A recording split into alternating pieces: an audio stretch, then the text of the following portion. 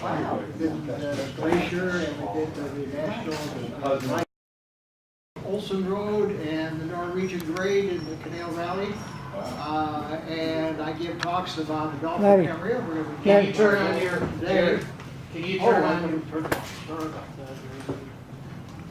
I give talks about Adolfo Camarillo, about the building of the Norwegian Grade, and also about the grades of western Ventura County, including the Canal Grade, the Butterfield Grade, the Potrero Grade, and the Norwegian Grade. Okay. I want to take you back 138 years. The year is 1880. The young man is left his adobe in downtown Ventura, went out back and saddled his horse Blackie. He rode up the hill by Mission Park, where thousands of Chumash Indians are buried. Stopped at the Olivas Adobe to say hello. Then crossed the Santa Clara River. There was actually water in it then. But there was no bridge. The bridge didn't come to 1914. Stopped at New Jerusalem. Where's New Jerusalem? Oh, this group is good. Whoa. And he talked to Samuel Cohen. New Jerusalem was a floodplain. Got a lot of water in there. Marshy, a mess. Now we have towers in there. Followed the El Camino Real across the Oxnard Plain to a town called Springville. Oh, yeah. A booming little community of 150 people, had a school, had a mercantile, and so forth. Talked to John Sebastian. John would become the person that would nominate the title of Camarillo. And we'll tell you more about that. Crossed Callegas Creek, another creek that actually ran water. And started up a windy wagon path that was called the Grade of the Canal. A windy wagon path. Now, ladies, you didn't ride up the grade of the canal. You walked up because it was too steep and you had to carry a rock. When the horses got exhausted, your job was to get out and put the rock underneath the wheel so that the wagon would not go backwards. And you rested and got to the top. This young man, who was 16 years old, got off his horse at the top of the grade, where the way station is now, looked out, he looked to the right, he looked to the front, he looked to the left, and he said simply, "What am I going to do with 10,000 acres?" This is the beginning of a 78-year odyssey of Adolfo Camarillo. Okay, and you'll see in, everybody get a handout. Okay, you'll see in the handout that Adolfo was born when? What was happening in 1864? Civil War. Civil War. All right, the 12th of 14 children. How many women have 14 children nowadays? Not many anymore. Okay. 1875, his father acquires Rancho Callegas, nearly 10,000 acres, okay, for $36,900. So what will $36,900 get you today? 1 acre. 1 acre, that's right. Maybe, or a moderate-priced car. Yeah. Tesla. A Tesla, yeah, there you go. $3.69 an acre. $3.69 an acre. You can't even get a cup of coffee at Starbucks for that price anymore. Um, the land reached nearly to Somas. This is barred land there. Reached to the Southern Pacific, now Union Pacific Railroad line. Reached to the top of the Canal Grade.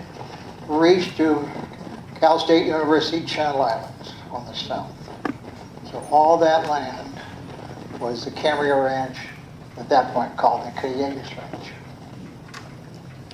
His father dies. Juan dies in 1880, and he is 16. He and his brother inherit the ranch. His brother wanted nothing to do with the ranch, and eventually went to Paraguay, Argentina, and so forth. And Adolfo ran the ranch for 78 years. Okay. Now, there was a young lady in Ventura, Isabella Menchaca, the daughter of a well-to-do merchant. He started courting her. Now, courting in those days was different. It was your job to ride along behind them and be sure that nothing happened immorally, socially, or anything else. They were all chaperoned. One of the things he liked to do was to speed up his horse, Blackie, galloping along, and reach down and grab a flower and give it to Isabella. They were married in 1888 at the Santa Barbara Mission. They would have 7 children, 4 of which would live to maturity, 3 of which would have children. Okay. So there was 7 children, 20 grandchildren, and now there's a number of great-grandchildren. That's the only ones, all the grandchildren have passed on. How many here have been to the Camarillo house? All right. If you haven't, Saturday, Sunday, Mondays, 12 to 3, it's open for tours. If you can't work one of those dates out, give me a call, and I'll take you myself, because I do special tours, and I'd be glad to take any of you, a group of you, and show you on the way. He dies in 1958. That's the year I got married. I started work in April of 1958, 2 weeks after I got married, as editor of the Camarillo News. I was all at 24. One of my first stories that I wrote was this story. That was his obituary. The longest story I ever wrote in my entire life. Okay. He died on December the 10th, 1958. Very big event at that time. All right, let me tell you some stories, and then I want to answer questions. It is about 1900. Adolfo now is a rancher, and a man named Achille Levy. Does that ring any bells? Achille Levy was starting a bank called the Bank of Oxnard. You lost your mic there. Oh, Battery? can we hear? If I just speak loudly, can you hear me? Yeah. No. Okay, how's that sound? There you go. Okay. Be sure they get a thing here. Starting the Bank of Oxnard, Achille Levy. Now let's say that you have a farm and you want to apply for a loan for seed. Because I'm thinking about putting in lima beans, dry limes. How do we determine if you're a good risk? Achille Levy would ride over to Adolfo's house about 4 in the morning in a buggy. The two of them would get in the buggy and they would go to your place, arriving there about 5 a.m. If you were up, the lights were on, you were a good credit risk. You would get a loan. How did the loan proceed? It was a handshake. Okay? you've got $5,000. No. The world has changed. My daughter passed away about 3 weeks ago. It was 11 pages of paperwork just for cremation. How the world has changed. Oh, sorry to hear that. Okay, another story. The year is March 1956. Adolfo is 91 years old, 62 years ago. These things called jets have been flying over his place out of Camarillo from the Oxnard Air Force Base. Adolfo wanted to get to see one of those things, what it was like. So he called up and he talked to the commanding officer, Colonel Edwin Carey. The commander said, sure, come on out. And Adolfo met him in family at the gate and took him over to an F-89 Northrop Interceptor fighter, a Scorpion. He told him all about it. Adolfo went around it, all the way around it, touching it. Then he said, can I get in? The colonel said, of course, sure, climb in. Up the 9-foot ladder he went. Remember now, he's 91. Into the pilot seat. The commander gave him a pilot's helmet. He said, I'm ready to go. And then you'll enjoy the conversation. How fast does this go? 600 miles an hour, said the colonel. Whee! Quiet and dull. How long does it take to get to LA in this thing? About 5 minutes. Adolfo says it used to take us 10 hours, and we had to change horses every 25 miles. The world has changed. How much horsepower does this plane have? The colonel replied, 17,750 horses. Oh, Adolfo replied, I could sure thrash a lot of barley for 17,000 horses and mules. Because it took 34 horses or mules to pull a thrasher. Imagine what 17,000 horses. How many here have had gophers? Oh, gophers, yes. Oh, yes. Adolfo had a very simple method of getting rid of gophers. The sons of his workers, he gave each of the boys 5 gopher traps. 5 gopher traps. And on Saturday mornings, he would come out on his back porch, and the boys would bring the tails for the gophers, pour them out on the ground, and Adolfo would take his cane and count them. 18, 19, 20. And give them 5 cents each for each tail. Do you realize that if you got 20 tails, you'd get a whole $1? Hey, he had good control of the gophers. Yes. Christmas. Do you have Christmas traditions?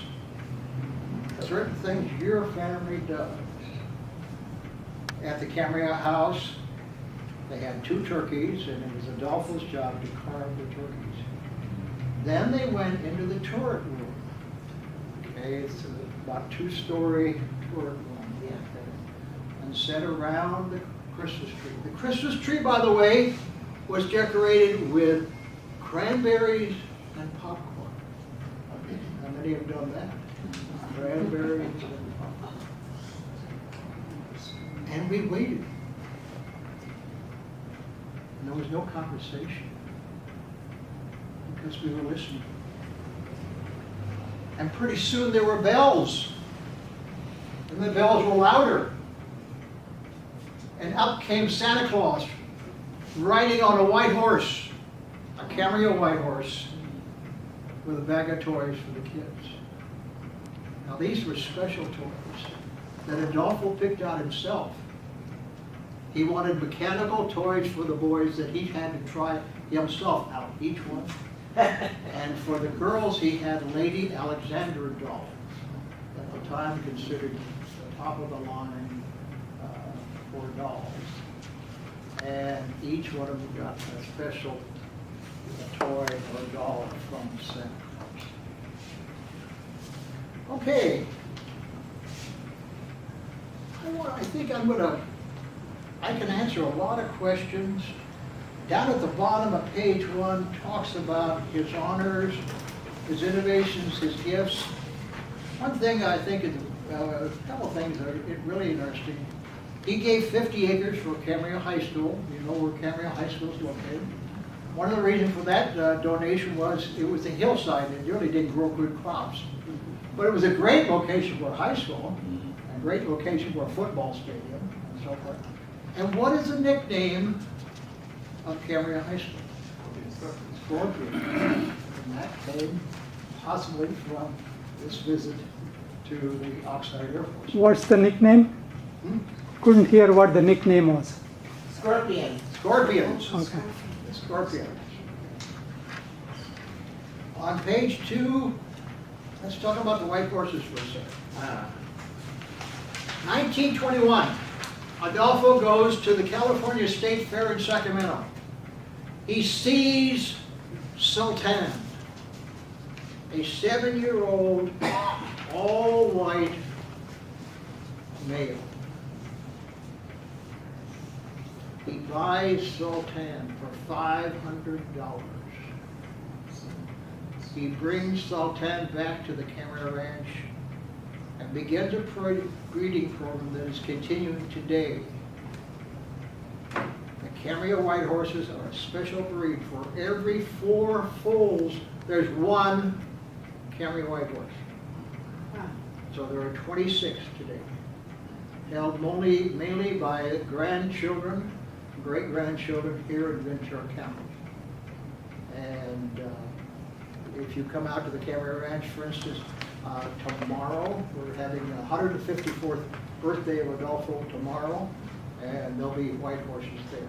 You can go and pet them. They no longer parade, but they've been in the Rose Parade and a whole bunch of parades. Santa Barbara Parade, Santa Barbara Fiesta Parade.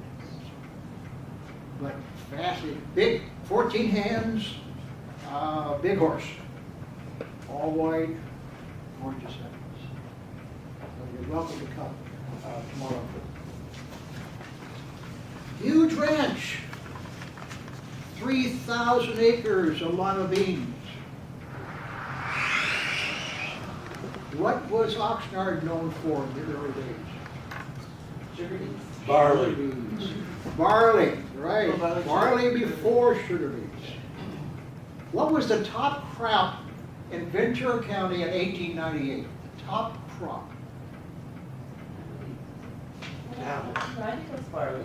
Tomato. Barley. Bar. It's barley, because they, Okay, Before. limas are just beginning to come in. They come from Australia to Carpinteria, down here, and by 1898, 1899, they're getting much dry. And what kind of limas? Dry limas. Dry limas. And there's probably none produced in Ventura County anymore. have it in the Heritage Garden right outside. All right, all right. Now we got, oh my God, strawberries and all kinds of berries and, yeah, you just name it. We have sugar beet too out there. Oh, So yeah. that the kids can see what they look like. That's what, see, in the time when we talk about the ride, 1880, no Oxnard. The wharf at Hueneme was big, yes. My grandfather, who came to Conejo Valley in 1890, took barley, thrashed barley, to the wharf at Hueneme. That was a full day's ride down and a full day's ride back to the Conejo. Ranch today, well, we've got about 5 acres left. We have about 30,000 people come a year to see the ranch in different ways. A lot of people get married there. Have about 1,500 children who come to visit, third graders mainly. Let's talk a little bit about organizations, and I'm going to open up to questions. He belonged to 38 organizations. How many of you belong to 38 organizations? His average tenure with an organization was 24 years. That's a long time. I've been on the board of the Camarillo Ranch for 19 years, and I think that's a long time. 24 years he was 80 Sons of the Golden West, 70 years. Pleasant Valley School Board, 56 years. Knights of Columbus, 55. Bank of A. Levy, 55 years. So, Ventura County Fair Board, 37 years. So he was very, very, very active. And you can see my comments at the end there, ranking one of the outstanding citizens, certainly along with the Bards and many others that have gone before us. I think at this point, I'm going to sit down and I'm going to answer your questions. Jerry? Oh, I got this over. Okay. And talk about Adolfo Camarillo, a little bit about my family. Yes. Was there any contention about naming the city of Camarillo? Oh, after yes, Mr. I'm going to Camarillo? tell you about that. I didn't. Adolfo wanted a stop on the Southern Pacific, coming now past Oxnard and heading west. Okay, about the turn of the century, and so forth. Okay, he gave him the right of way through his property to Southern Pacific, with the provision that there would be a stop there. Why would he want to stop on his property? Well, they have a city. Well, I got 3,000 acres of lima beans, I got all this produce, I want a way to ship stuff. The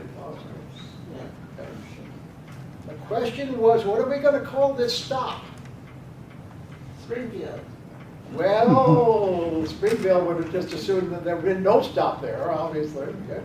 Adolfo submitted Callegas. And the Department of Interior said, what is Callegas? Nobody knows what that is. Well, of course, for us, it's a well-known Indian name, a Mexican name. The water agency. Yeah. They said no. Department of Interior said no. So John Sebastian, who was a mercantile at Springville, submitted the names Camarillo in honor of Adolfo and his brother Juan. Thus, the stop became Camarillo. Okay? But there's no one there. So Adolfo tells John Sebastian, I'll build you a store at the corner of Ventura Boulevard and Lewis Road. And now there's a Hispanic grocery store there. Okay? If you'll move to the stop at Camarillo.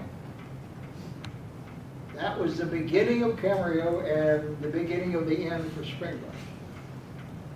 And so that's a background to that. Then when did the city become incorporated? 64. I was we were members. 1,000 Oaks and Camarillo incorporated at the same time. Big event for Camarillo was the building of the freeway. You've been here since '52. The freeway coming through the county. Because 101 came right down between two sides of eucalyptus trees, and it was 2 lanes, one south, one north. Okay, and if it rained, it did rain, and the wind blew, eucalyptus trees fell over. And they had to go out there with chainsaws and cut up the things before they could get the freeway, not the freeway, that 101 opened up, or Way of the Kings. Good question. Thank you. Other questions? So where's the railroad station at? Or where was it at? Well, you know where the train stops now. Okay, you've been to Camarillo. Yes, I live there right now. I just moved there. Oh, okay. Well, you know where the train stops now? At the corner of Lewis and Pitcher Boulevard. Okay, that's where the station was. They tore it down in the 50s. It was bad shape. Too bad we didn't keep it. Yeah. You had a question? I'm just wondering how the dryland farming worked. I mean, they plant in the winter, so it got some winter rains. Father and Adolfo, it was one crop a year. So they would plant in the late fall. We would drill barley, wheat in the late fall. Lima beans, the same thing. Spring would be time when they would grow, following the rain. And then they would dry, they would be cut, windrowed. In the early days, this was all done by hand, okay? And then taken by big wagons to a central thresher. And then there, the lima beans would be thrashed and sacked. And then the sacks of lima beans would come to the wharf here at Hueneme to be shipped out. Where the big warehouse is now, is the Yeah. warehouse? No, The pallet? where the flags are, with the flag pavilion. Yeah, I No, think- he's talking about I think Camarillo. that pretty much disappeared. What- The wharf? Well, not, yeah, but Warehouse. the original one. Yeah, that was in the 30s, 38 or 39, I mean, yeah. that warehouse, that's the pallet place now, over, Oh, he's, that was a lima bean warehouse, right? Pleasant Valley and Las Posas. Yeah, you folks would know better than that than I would. yeah. Well, that's, you know, right by the airport, the big old. Oh, yes, yes, right by the airport. Oh, yes, yes, you're right there. That was a lima bean warehouse, and it was used for other things too. There was also a couple of warehouses. Right now, if you know where the railroad stop is in Cameron now, just across the railroad tracks, there's a couple of warehouses there that were used for lima beans. Then at lima beans, we slowly phased those out, got more into citrus Sugar beets. and sugar beets. And now we're moving into berries. And we got about 100,000 acres of strawberries, and we've got raspberries and blackberries and blueberries, and big industry now. Cut flowers, avocados are still there. It's very diverse agriculture. Was sugar beets the start of irrigation? Well, that's a good question. 1900, late 1890s, the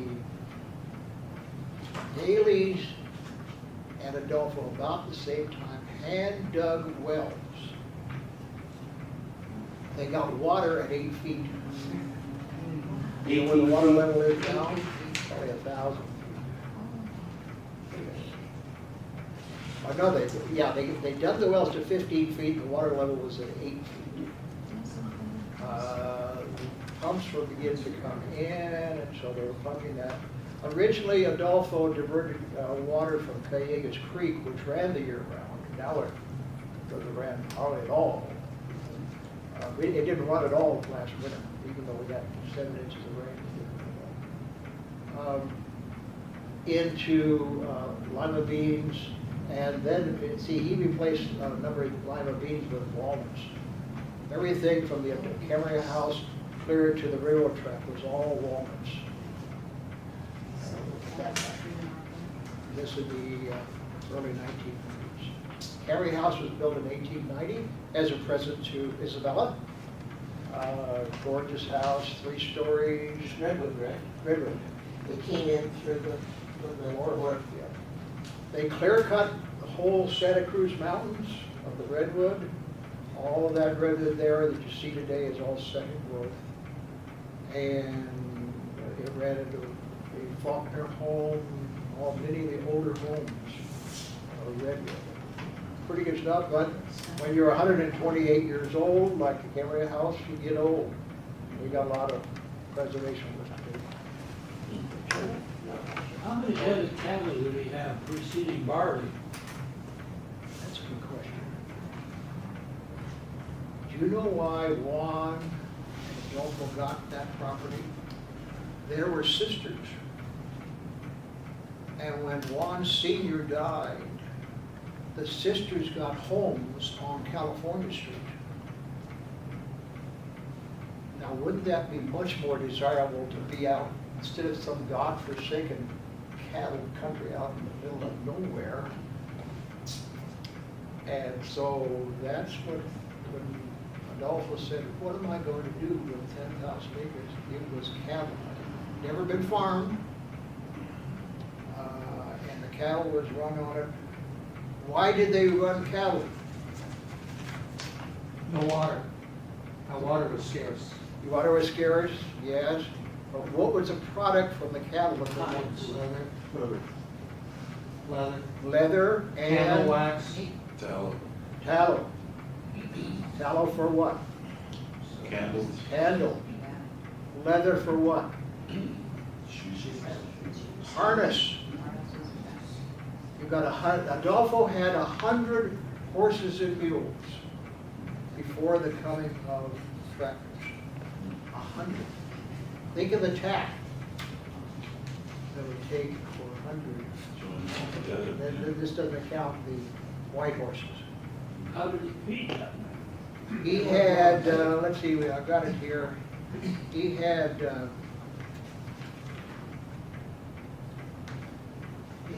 about 1,000 acres of hay. And my grandfather grew hay, and it was mainly oat hay. Wheat and barley was a product that we sold, harvested and sold. If irrigated, Not necessarily. Usually here it was dry land. In those days it rained. Now it's, somebody told me the other day, that rain in California is something you go to in a museum and you view it. I'm not sure that's true. Other questions? Yes? Can you visit the family mausoleum in the chapel, or is that, private? I heard that they were buried below the chapel. Yes, at St. Mary Magdalene Chapel, that's the chapel on the hill, there is a Camarillo family mausoleum underneath the altar. Adolfo's buried there, and other family, Isabella, and Juan, and his seniors. One of the sidebars things that came up when at his funeral, there was supposed to be an automatic thing that would lower the casket into the mausoleum. Well, the automatic didn't work, and so they had to leave him there, and everybody left, and then they got his casket down. And at this point, none of this is cremation. They're all bodies and caskets. who were some of the modern day relatives of Camarillo, such as the Susanna Reeder, Susanna Camarillo Reeder, she's a granddaughter, a great-granddaughter, excuse me. Gerry Fitzgerald? Yeah, Fitzgerald family, there's others. They're all great-grandchildren. There's about 28 of them, thereabouts. A number of them still in the county, still have some holdings. When Adolfo died in 1958, he had over $400,000 in life insurance, but the estate taxes were really high. Imagine you inherit something for $4 an acre or a little less, and now in 1958 the land is worth maybe $10,000 an acre. Yes. The relationship between Adolfo and Juan, what was that like? They were good friends. Juan had no interest in farming. He was a benefactor. He gave land for St. Magdalene Chapel and for St. John's Seminary. And he arranged for the stained glass windows in St. Magdalene Chapel, which got hung up in World War I. And there was some Wolsey loss, and they were finally found in Germany, and they eventually, in 21, I think they finally got them. So he was not a farmer? No, not Was he religious? Yes, certainly family, very Catholic. Adolfo was very Catholic, usually went to mass at least once a day, sometimes twice a day. Yes, I just have a farming question, because you mentioned thrashing. thrashing. Thrashing the lima beans, but then threshing with the many horses, right? There's a difference Well, there. Is there? The way it was generally done at that point is that the beans would be piled into a pile, Mhm. good sized pile, maybe 10 feet across. Then a buck rake, driven by 2 horses, would come up, take up the pile, okay, carry it over to the stationary thrasher. Then it's your job with a fork to feed those lima beans into a conveyor belt that would go up into the thrasher.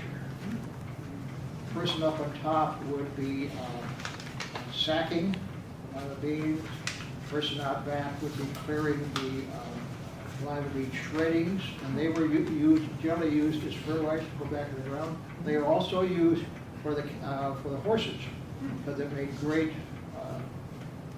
feed for their stalls, and feed, it was also feed. Yeah. Now that's lima beans. Barley and wheat, very similar to that. Stationary thrasher, piles of hay. They also use the method of putting the hay, throwing the hay from the stacks into the wagon, taking the wagon over to the thrasher, dropping a side, and in some cases pulling the wagon up and emptying the hay at the conveyor belt. And then there would be 2 men, and their job was to feed the hay up the conveyor belt. When I was young, I did exactly that type of thing, and we had a baler, 1 baler for the whole community on the Norwegian colony. And my job was to pile the 75-pound bales of hay. I can't do that anymore. And so forth, but exactly the same process. It took about 8 of us to run. This was all covered with mustard, wasn't that? Oh, yes, yes. Tell us about mustard. Well, there's not much you can do with it, right? You can make mustard out of it, but I don't think that's something you can feed to the cattle. No, it's not very good cattle food. I want to tell you a story about mustard. Okay. When I was young, I was raised on the canal. What does that mean, young? I forgot. Let's see, Like I 15 or well, what? My folks moved from Linwood to the canal when I was 2, in 1936. Okay? Wow. So when I was young, we had big fields of mustard that were 8 feet high. Oh, yeah. Okay, all right. And so I was 8, 6, 8. We would knock this down, and then we would make fortresses out of it. Oh. And by 1941, 42, 43, 44, 45, we were at war. And here I was battling the Japs and the Germans with my fortress mustard. It's games children play. Yes, It's children play games. children play games. Right. It was not a game with us, it was very important. Oh, right. Your I did exactly the same thing with the bales of hay in our barn, while we were chasing the rats and a few other things. Well, they could make mustard out of it. I mean, Yes, my mother ate the mustard. She boiled it just like you do spinach, like greens. greens. Yeah. I couldn't. Yeah. Yes? You know, I'm of the King's Highway, by legislative decision, right, is the Conejo grade in LA. And my contention is, no, they have it wrong. The actual Camino Real goes from Ventura to Highway 126 to the mission in San Fernando. And to me, that's the legitimate highway, is the King's Highway. You make a good point. There were 3 main routes. The problem with the canal grade until 1902 was it was one hell of a damn tough climb. And it was only a wagon trail. So, for instance, the stagecoach, which ran from 1861 to 1880 something, 1887, went up Potrero Valley, and Potrero Grade, and to the stagecoach inn in Newbury Park, which sat right in the middle of the freeway. Okay, that was one route. The other route was exactly the same, 126, and going that way. And the Kings Highway, when I remember from way back when, is that the missions were they tried to build them about 35 miles apart. One day's ride. One day's ride. Right. And when you look at the mission of San Buenaventura and the San Fernando Valley, Right. and it makes a lot more sense that Highway 126 following the Santa Cruz River would be the path that they would use for the Camino Real. Right. And it's my understanding that about 1920 or something, the state legislature designated the Conejo Grade, or maybe it had to be later, I guess, and it still was a really rough way to the Conejo Grade was really difficult. You really didn't get paid And for so 14. the logical thing is you go up the Santa Cruz River towards San Fernando. Yeah, yeah. So that would be the Kings Highway. Yeah, I don't disagree with you at all. It just so happens that the bells that the Daughters of the Golden West put were along the designated route, and we got one at the Camarillo Ranch, for instance. Now, what was true, now there's one story, I gotta tell you another story. Supposedly in 1776, running antelope met the Potrero expedition at the top of the Canal Grade. Okay, and that was running antelope, Chumash Indians. You have a diary. Okay. Now, what that means with El Camino Real, another story. That was Portola, right? Portola, yeah, I'm mispronouncing it. Portola expedition. And Rancho Cumulus would be right along the same side too. Right. And you see, for instance, now, how many here have heard of Joaquin Murrieta? Oh, you need to meet Joaquin, right? Joaquin liked to come to Southern California to help people get rid of their gold and their gold watches. He was a bandito. Bandito. And he particularly liked the Calabasas Grade and the Simi Valley Chute. Okay, how many here have driven the Calabasas Grade? Yeah. 101 Lost going roads and all into, that.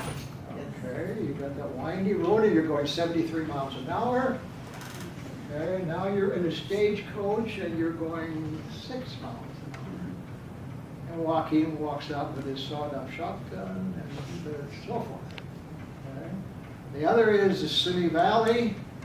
Okay, long before all the things that we see there was a called the chute. The chute was about like this. Well, guess how fast your stagecoach could get up that. And it was easy pickings. So Joaquin came down here and took what he needed and went back up north. Now, do you know that the story is that Joaquin buried $3,000 in gold coin in the Santa Monica Mountains? Yes, I've heard that. And just a lot of people on the weekends will go out looking Yeah. for that $3,000 in gold coin. You still might be there. You know where it is? Worth a heck of a lot more than $3,000. Yeah. Anyhow, great stories about Joaquin, wonderful stories about Adolfo and so forth. He was supposedly captured, and they took the head of whoever it was. They're not sure if it's Well, Joaquin. go ahead and tell the story. It ended up in the jar. That's right. Because they had proved that they captured him. Ew. So Where did they capture him? They captured him up around Saugus, up around there. And But again, it was the old days, so you can't really tell. Bring me the head of Joaquin. No kidding. And eventually, of course, what happened was the head disappeared, and of course, that even makes more mystery as to Was who the last name won. Murrieta? I mean, like. the Joaquin city? Murrieta. Like the city?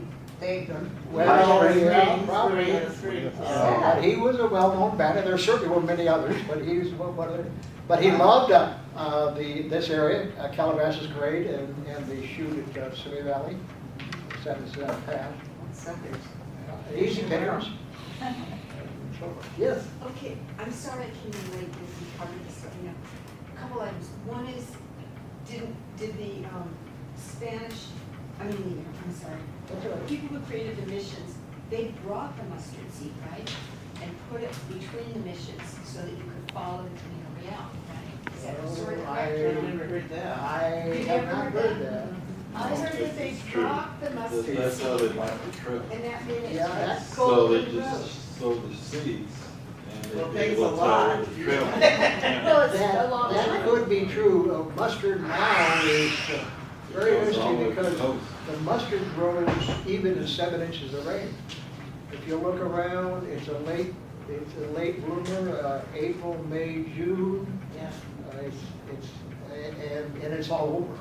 Yeah. Well, is that an obnoxious yellow weed that you see? Yes, yes, That's the mustard, that you That's mustard. the mustard. Good They can make eating. mustard out of it. Keep you very healthy.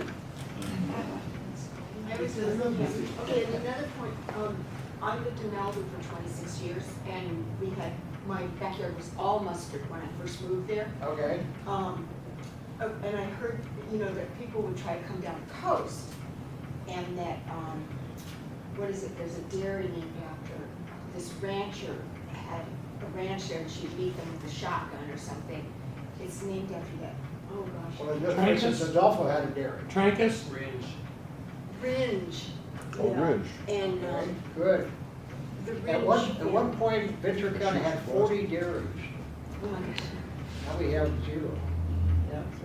And one of those was Adolfo's.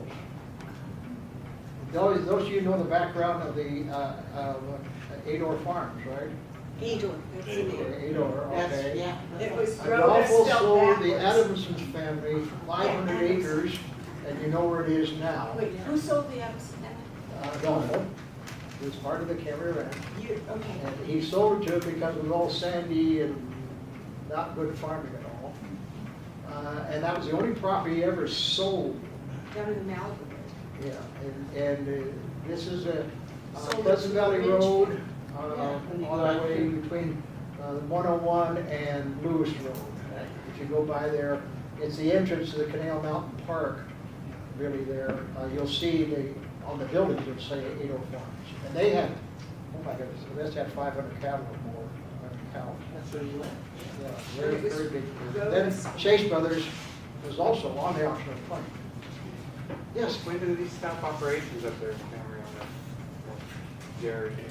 That's a good question. I'm not sure the answer. It's now Leisure Village. It had a wonderful well, built and operated by the city.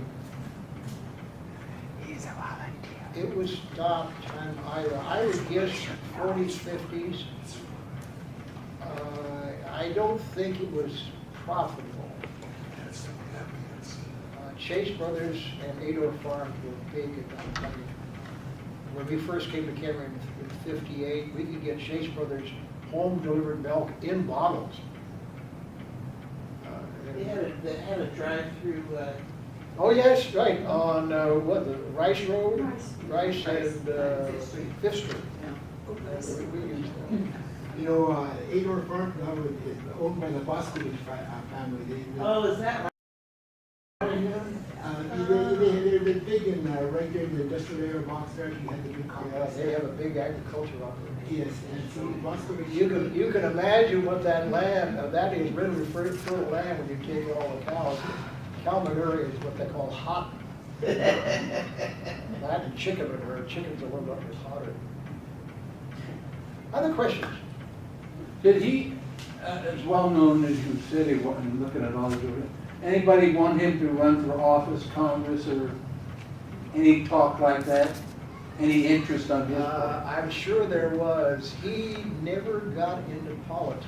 That's a very good point. Yeah, he was in mainly nonprofit organizations, county favor, Pleasantville School Board, Oxnard Union High School District. He was on the Board of Supervisors for 14 years.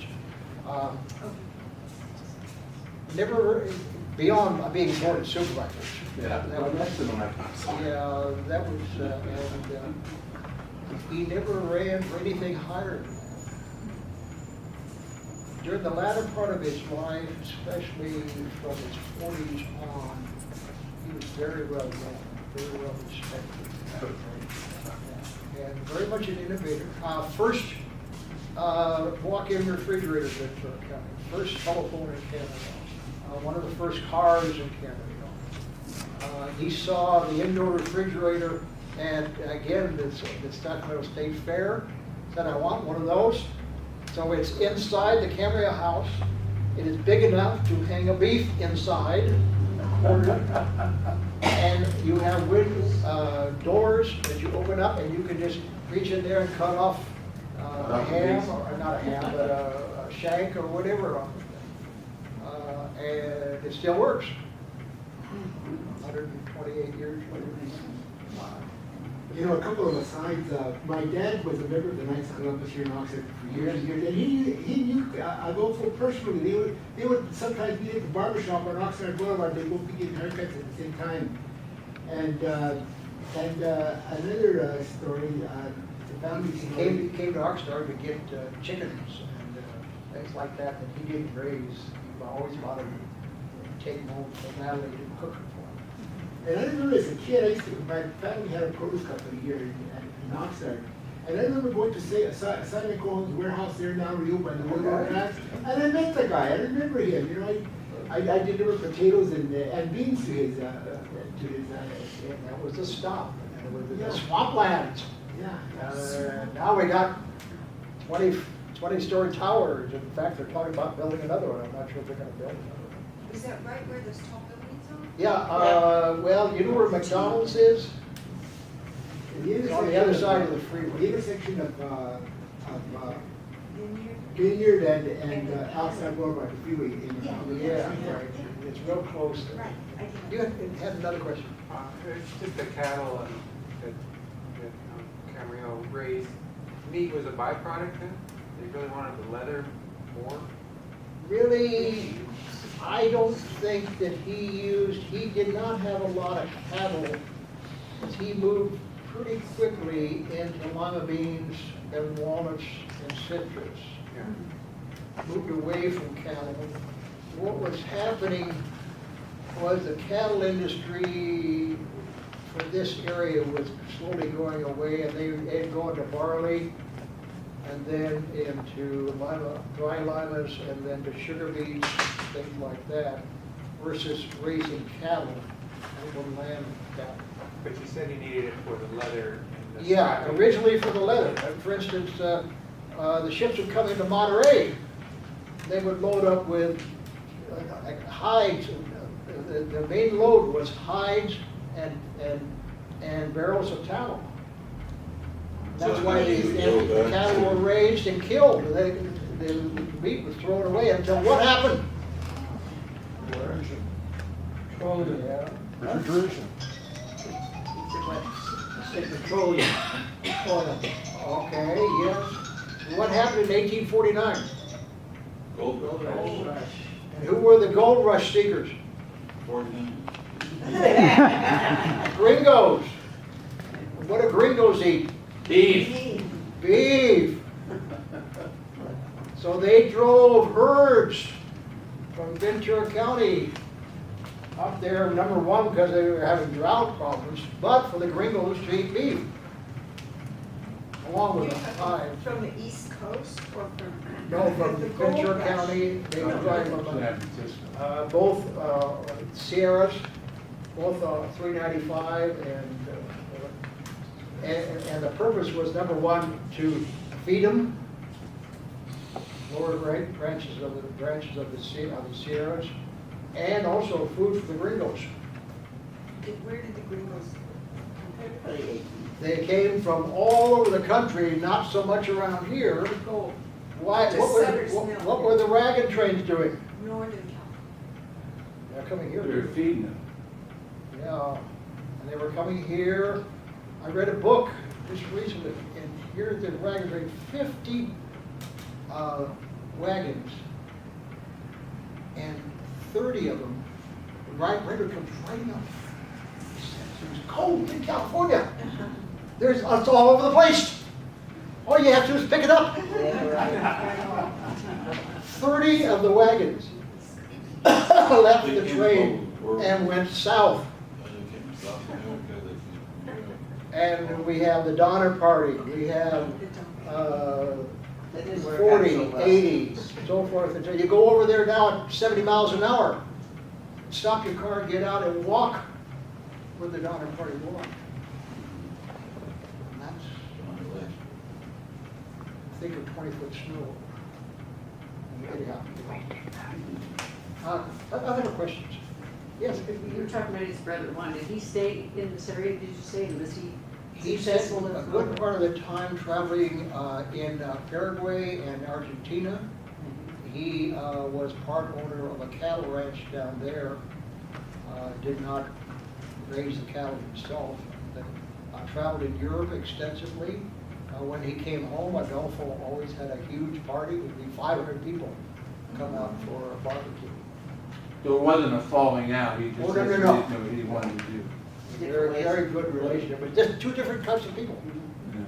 But he was successful in his own Adolfo way. reaching out, innovator, participator, very interesting person. Very civic-minded. Yeah. Very enjoyable. How come our partner names were they? Juan was 2 years younger. He was So the second 13th son. of the 14th. Yes. By the way, Lucy, his wife, was 6 years older. So, What was that? Well, that was unusual then. You know, I'm sorry. He was, I don't want to tell you this. What do you say, the wife is older?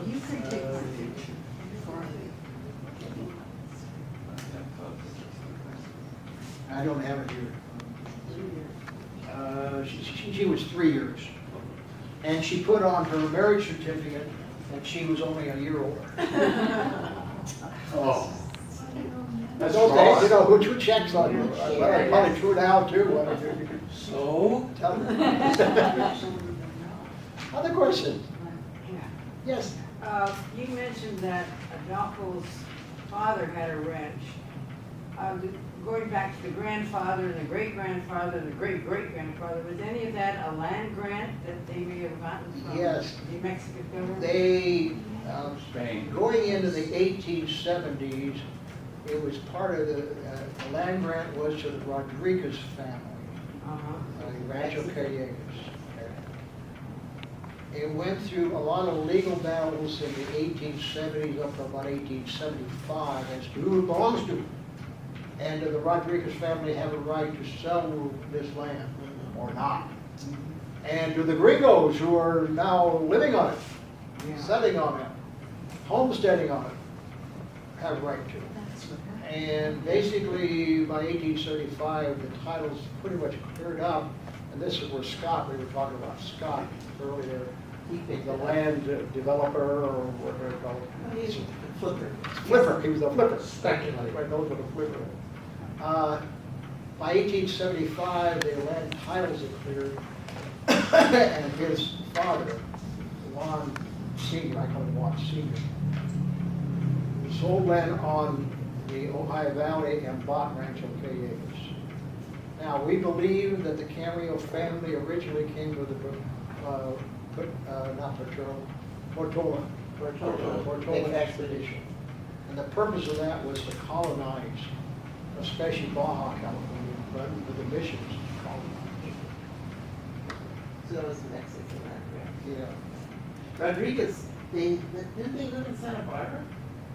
I think so. Yeah. I mean, he was descended come from- down here, he was just, yeah. And the Juan Camarillo, Adolfo's father, lived in Santa Barbara.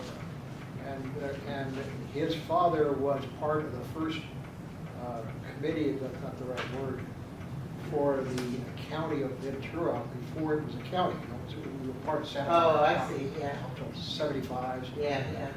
And he was part of that first group getting organized. Other questions? This is delightful.